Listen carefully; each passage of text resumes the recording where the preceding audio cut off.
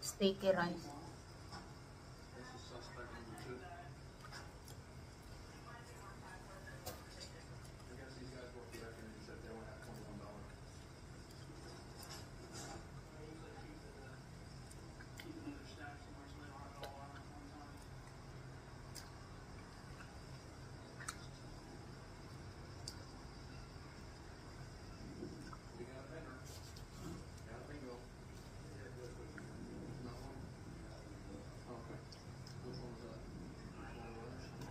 With cookies.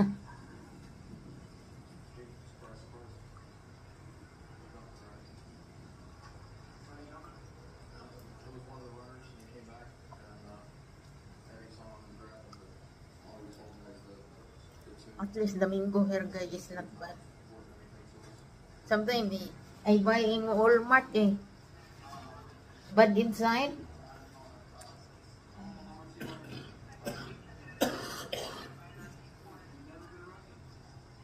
I need to go to the market, guys, buy watermelon.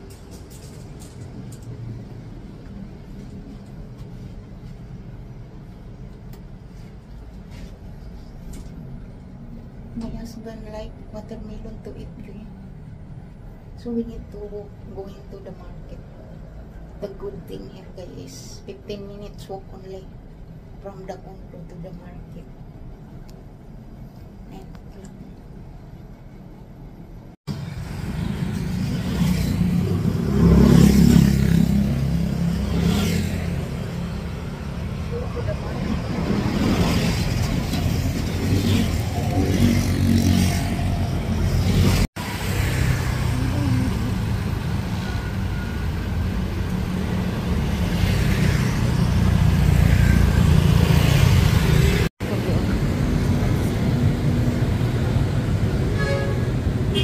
doon yung ano.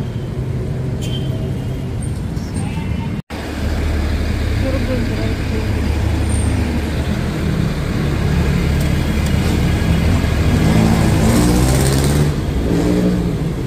Going to the market.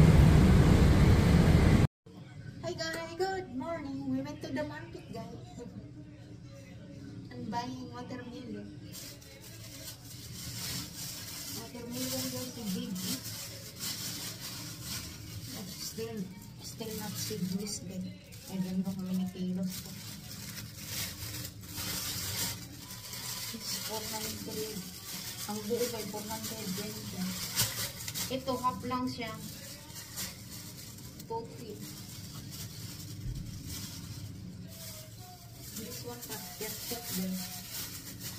90 pesos, more than half kilo. See, 10 pesos and this one. Moringa and sweet potatoes. So it's 25 pesos. And that's it.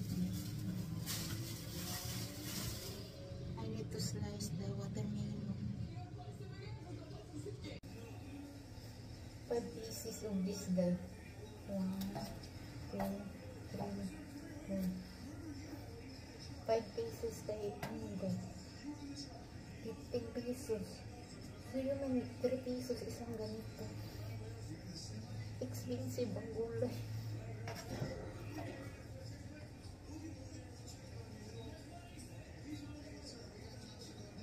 I need to cook moringa soup guys.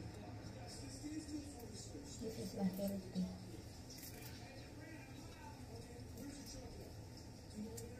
Expensive na mga gulay na yun. Tapon ako ng basura. This is the gym boy. Pag-open man lang gini ang gym. Tipo. Hindi ko alam kung open ba. Sabi ni Kuya, once a week lang daw. Thursday. But parang open man ngayon.